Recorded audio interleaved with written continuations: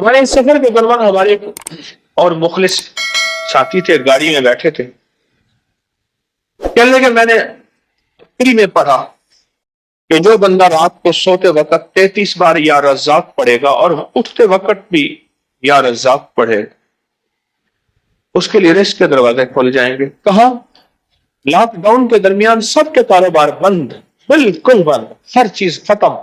میں نے یہ عمل کیا، فون کے اوپر میرا کاروبار شروع ہو گیا اور سارا نظام چلنا شروع ہو گیا، میری ہر چیز لاجواب ہو گئی۔ میں صرف سوتے وقت 33 بار پڑھتا تھا یا رزاق، سوتے وقت پڑھتا تھا، اور اٹھتے ہی فوراً، یعنی آنکھ کھلتے ہی فوراً 33 بار پڑھتا تھا یا رزاق، بس کام ہو گیا بہترین۔ کہ ساری دنیا کے کاروبار بند ہیں، ساری دنیا کی روزی بند ہے، ہر جگہ راستے بند، ریلیں بند، گاڑیاں بند، ٹرک بند، جہاز بند، سب کچھ بند، سب کچھ بند ہے، پر میرا رزق کھلا بھی ہوا ہے، چل بھی رہا ہے۔ صرف 33 بار سوتے وقت، کوئی وضو کوئی چیز شرط نہیں، یا رزاق پڑھ لیا، اور 33 بار یا رزاق پڑھنے میں میرے خیال میں کہ 1 منٹ بھی نہیں لگے گا، 1 منٹ بھی نہیں لگے۔ کیا آپ اس تعویذ کو جانتے ہیں جو طلسماتی پتھر پر لکھا ہوا تھا جس سے ہر دعا قبول ہوتی ہے؟ ایک اللہ کے ولی کا دیا ہوا انوکھا ایسا نظام، ایسا طلسم، عجائبات کی دنیا کہ ہم نہ جانیں؟ کیا اللہ احد و اللہ صمد کا ایک پراسرار نظام، اور وہ پراسرار نظام جس کے اندر ہمارے لیے راحتیں ہی راحتیں، رحمتیں ہی رحمتیں، برکتیں ہی برکتیں، عافیتیں ہی عافیتیں۔ واقعی مصیبتیں ٹالنے والا اور مصیبتیں ٹلوانے والا وہ پراسرار حیرت انگیز پتھر کیسے دریافت ہو؟ بسم اللہ الرحمن الرحیم، السلام علیکم ورحمۃ اللہ وبرکاتہ۔ دنیا عجائبات سے بھری ہوئی ہے، زمین کے نیچے، زمین کے اوپر، آسمان وسطوں میں۔ یہ سائنس جتنی بھی ہے، ان سب نے ان طلسمات، عجائبات اور انوکھی انہونی دنیا کو دریافت تو کی ہے، اس کے نام تو سائنس ہے۔ لیکن سائنس وہاں نہیں پہنچی جہاں کائنات کے رازوں میں اللہ کے دوست پہنچے ہیں، اللہ کے مقرب بندے پہنچے ہیں۔ آج بھی یہ حقیقت ہے۔ آئیں آج ایک واقعہ بھی بیان کرتے ہیں، ایک عمل بھی اور ایک خوبصورت نظام بھی۔ عمارہ بن حزن رضی اللہ تعالیٰ عنہ فرماتے ہیں، ہماری قبیلے کی ایک جگہ تھی جس کو حرۃ الحدثان کہا جاتا تھا۔ رات کو وہاں آگ بھڑکتی تھی، دن میں دھواں نکلتا تھا۔ قبیلہ طی، جس کے حاتم طی تھے، اپنی اونٹنیوں کو اس آگ کی روشنی سے چلاتا تھا جو 7 راتوں کے فاصلے سے بھی دکھائی دیتی تھی۔ اتنی اونچی اور اتنی آگ تھی کہ 7 راتوں کے فاصلے سے بھی دکھائی دیتی تھی۔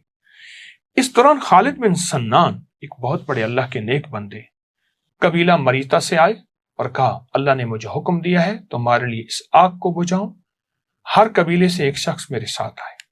ہم 10 آدمی ان کے ساتھ چلے، میں بھی ان میں تھا، وہ ہمیں ایک کنویں پر لے گئے۔ وہاں سے آگ کا ایک دہانہ نکلا، آگ ہم پر گھیرا ڈالنے لگی، ہم گویا ترازو کے پلڑے میں آ گئے۔ ہم نے پہلے لاٹھیوں سے، پھر جوتوں سے، پھر اماموں سے مارا، یہاں تک کہ سب کچھ جل گیا۔ ہم نے کہا اے خالد تم نے ہمیں ہلاک کر دیا؟ انہوں نے کہا نہیں، یہ آگ حکم کے تابع ہے، میں بھی حکم پر ہوں۔